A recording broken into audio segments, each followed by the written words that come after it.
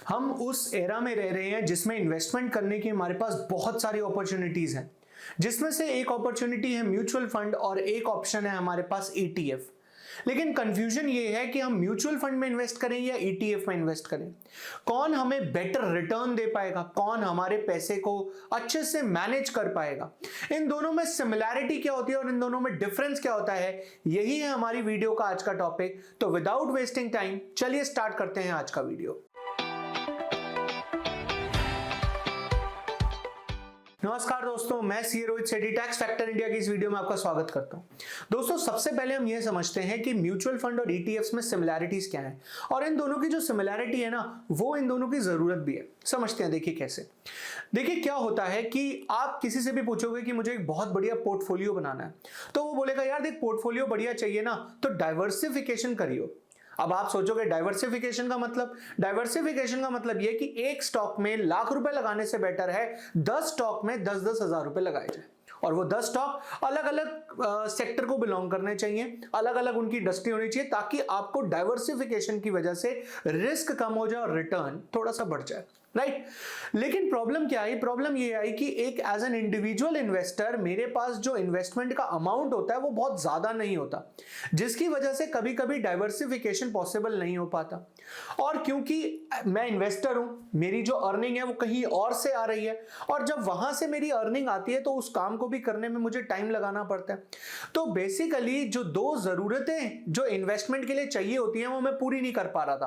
पहली जरूरत ये कि डाइवर्सिफिकेशन पॉसिबल नहीं हो पा रही थी, और दूसरी ये कि मैं टाइम इन्वेस्ट नहीं कर पा रहा था, वो भी तो जरूरी था। तो उसके लिए क्या किया गया? उसके लिए बिठाया गया एसेट मैनेजमेंट कंपनी को, जिन्होंने क्या किया भाई, एक पूल बना दिया। अब उन्होंने पूल बनाकर लोगों को क्या बोला कि आप अपने अपने पैसे इस पूल में फेंकते जाओ भाई, जिस जिसको हमारी टर्म्स एंड कंडीशन मंजूर है वो इस पूल में फेंकते जाओ, जिस जिसको हम पे ट्रस्ट है, राइट। हम क्या करेंगे, यानी कि हम एसेट मैनेजमेंट कंपनी जो है वो आपके पैसे को कहीं पर इन्वेस्ट करेगी डाइवर्सिफाई करके, और उसे वॉच करेगी, क्योंकि वो तो आपके लिए काम कर रही है ना। इसका मतलब ये हुआ कि जो काम आप खुद नहीं कर सकते थे वो काम आपके बिहाफ पर अब वो एसेट मैनेजमेंट कंपनी करेगी। अब एसेट मैनेजमेंट कंपनी जो ये पूल बनाती है ना, बेसिकली इस पूल को बोला जाता है म्यूचुअल फंड्स एंड ईटीएफ। अब अगर इस पूल को म्यूचुअल फंड भी बोला जाता है, ईटीएफ भी बोला जाता है, तो इन दोनों में डिफरेंस क्या है? डिफरेंस एक बहुत बड़ा डिफरेंस है, ये समझना है अब हमने। म्यूचुअल फंड और ईटीएफ में ना बेसिकली 4 बेसिस पे हमें डिफरेंस समझना है। सबसे पहला बेसिस ये कहता है ट्रेडिंग का। म्यूचुअल फंड्स जो होते हैं वो स्टॉक एक्सचेंज में ट्रेड नहीं होते, लेकिन जो ईटीएफ यानी कि एक्सचेंज ट्रेडेड फंड्स है, उसका नाम ही ये बात बताता है कि ये फंड्स जो हैं वो आप स्टॉक एक्सचेंज में एक्सचेंज कर सकते हो। इसका मतलब ये हुआ कि आप चाहो तो अपने फंड को किसी और को बेच सकते हो, अपने फंड की यूनिट को किसी और को सेल कर सकते हो, और किसी और की यूनिट को परचेज भी कर सकते हो। लेकिन म्यूचुअल फंड में ऐसा नहीं है। अगर आपको पैसे की जरूरत है तो आपको उस म्यूचुअल फंड की यूनिट को रिडीम कराना पड़ेगा। रिडीम का मतलब आपको अपने एएमसी को बोलना पड़ेगा कि भाई मेरे पैसे मुझे वापस दे दो, मुझे अब आगे इन्वेस्टमेंट कंटिन्यू नहीं करनी है। लेकिन ईटीएफ में एएमसी के पास जाने की जरूरत नहीं है, आप स्टॉक एक्सचेंज पे डायरेक्ट बेच दीजिए। दूसरा जो डिफरेंस है वो है प्राइस का। जो म्यूचुअल फंड्स होते हैं उसमें प्राइसिंग होती है एनएवी यानी कि नेट एसेट्स वैल्यू, लेकिन जो ईटीएफ्स होते हैं इसमें होता है bid ask spread. Bid ask spread का मतलब ये हुआ कि आप बिड लगाएंगे, सामने वाला बताएगा कि उसको किस प्राइस पे बेचना है, और उसमें फिर ट्रेड हो जाएगा, राइट। तीसरा डिफरेंस है फीस का। फीस का मतलब ये हुआ कि जो म्यूचुअल फंड्स हैं इसमें भी एक्सपेंस रेशियो लगती है, जो ईटीएफ है इसमें भी एक्सपेंस रेशियो लगती है, बट म्यूचुअल फंड की एक्सपेंस रेशियो थोड़ी सी ज्यादा होती है अगर वो एक्टिवली मैनेज्ड है तो, और ईटीएफ की एक्सपेंस रेशियो थोड़ी सी कम होती है। ब्रोकरेज की बात करी जाए तो म्यूचुअल फंड में ब्रोकरेज नहीं लगती, क्योंकि आप उसे ट्रेड ही नहीं कर रहे हो। ब्रोकरेज तो ट्रेड करने पे लगती है ना। और ईटीएफ के केस में ब्रोकरेज लगती है, आपको ब्रोकरेज देनी पड़ती है अपने ब्रोकर को। अभी मैंने एक वर्ड यूज किया, एक्टिवली मैनेज्ड। अब ये एक्टिवली मैनेज्ड और पैसिवली मैनेज्ड क्या होता है?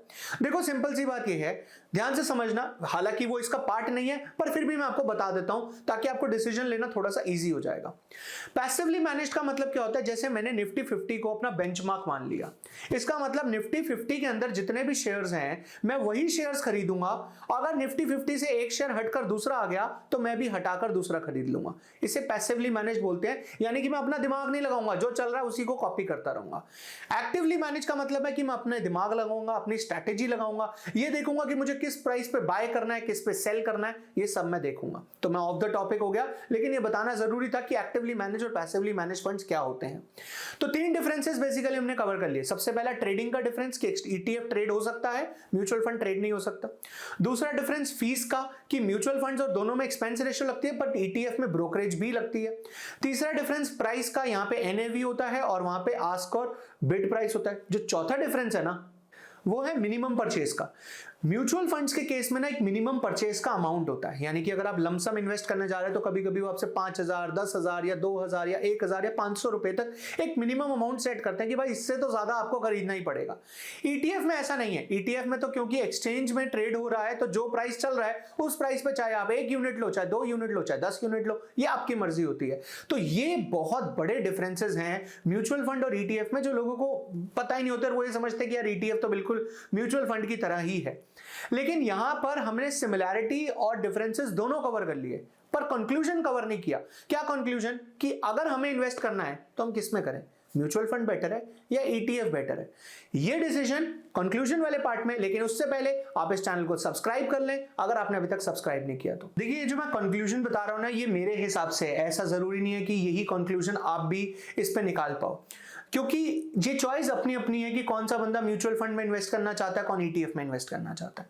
अगर मुझे ट्रेडिंग पसंद है पर मुझे स्टॉक सिलेक्शन नहीं आता, मतलब मुझे ये तो पता है कि ट्रेडिंग कैसे करनी है, पर मुझे ये नहीं पता कि कौन से स्टॉक में ट्रेडिंग करनी है।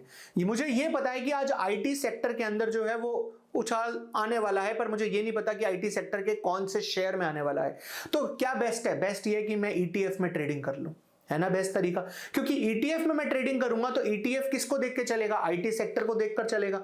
तो आईटी सेक्टर में अगर ऊपर नीचे कोई शेयर का प्राइस होगा तो ईटीएफ का प्राइस भी ऊपर नीचे होगा। तो बेसिकली बात यह कि अगर मुझे ट्रेडिंग करना पसंद है और स्टॉक सिलेक्शन में थोड़ी सी दिक्कत आती है तो ईटीएफ में मैं ट्रेड कर सकता हूं। हालांकि हम इसमें लॉन्ग टर्म पोजीशन भी बना सकते हैं, बट अगर आपको एक अच्छी लॉन्ग टर्म पोजीशन बना के चलना है, एक लंबे ड्यूरेशन के लिए आपको इन्वेस्ट करके चलना है, तो म्यूचुअल फंड्स भी अच्छे ही होते हैं, क्योंकि म्यूचुअल फंड्स एक्टिवली मैनेज्ड होते हैं। म्यूचुअल फंड्स एक्टिवली मैनेज्ड होते हैं, यानी कि आपकी एएमसी जो है वो दिमाग लगाकर आपको रिटर्न्स प्रोवाइड करता है। यहां थोड़ा सा दिमाग आपको खुद लगाना पड़ता है ट्रेडिंग के टाइम पे, यानी कि किस टाइम पे परचेस करें, किस टाइम पर सेल करें, ये दिमाग आपको खुद लगाना ही पड़ेगा। तो दोस्तों, उम्मीद करता हूं कि ईटीएफ और म्यूचुअल फंड्स में जो डिफरेंसेस और सिमिलैरिटी हैं वो आपको क्लियर हो गई होंगी, एंड आप इस वीडियो को अपने सभी फ्रेंड्स से शेयर करेंगे जो इन्वेस्टमेंट करते हैं या फिर करने का सोच रहे हैं, चाहे म्यूचुअल फंड्स में चाहे ईटीएफ में। अगर आप इस चैनल पर नए हैं तो सब्सक्राइब करना ना भूलें। मिलते हैं नेक्स्ट वीडियो में, आज के लिए इतना ही, बाय बाय।